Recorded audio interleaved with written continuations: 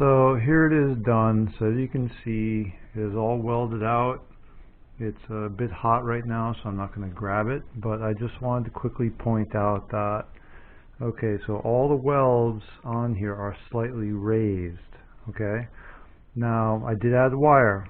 The reason for this is because the final goal for this part is to grind the edges very carefully so that you're left with nice sharp edges. Like this 12 parts now becomes one contiguous piece. Okay, there's no visible separation. Now, if I did this using fusion welds, which I could, I'd end up with kind of rounded over edges, and they look very pretty. Now, that is possible if you have the material just dead perfect, really tight, absolutely tight. It would be spectacular. That would be really great if this were stainless or something, like laser cut stainless or water jet would be amazing. But I added more material here, which you have to do. If you're going to grind your edges and you do a fusion, remember there's no material there. You're grinding away what's there and you end up with a lot less. Or you end up with a seam and it falls apart. You have to add material in here. Also, just to reiterate here that you never ever grind a weld under any circumstances unless it is explicitly stated to do so.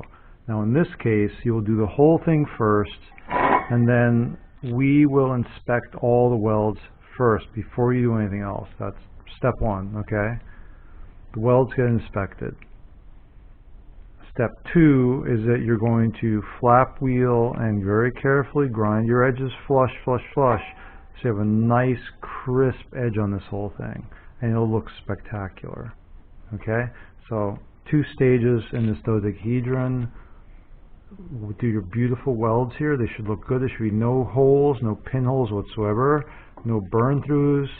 Now if you do get, you may find a burn through at the corners. You should be able to repair it successfully with no problems.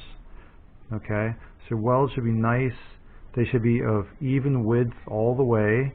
Okay, it shouldn't be like blah blah blah blah blah like that. Your heat affected zone, it should be nice and even and perfect. As you can see on these welds, the heat affected zone is very regular.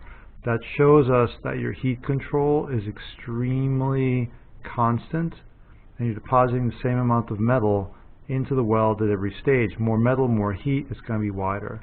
And we'll be able to see that. So for you too, watch as you go. This should allow you to inspect your own work and see where you're going.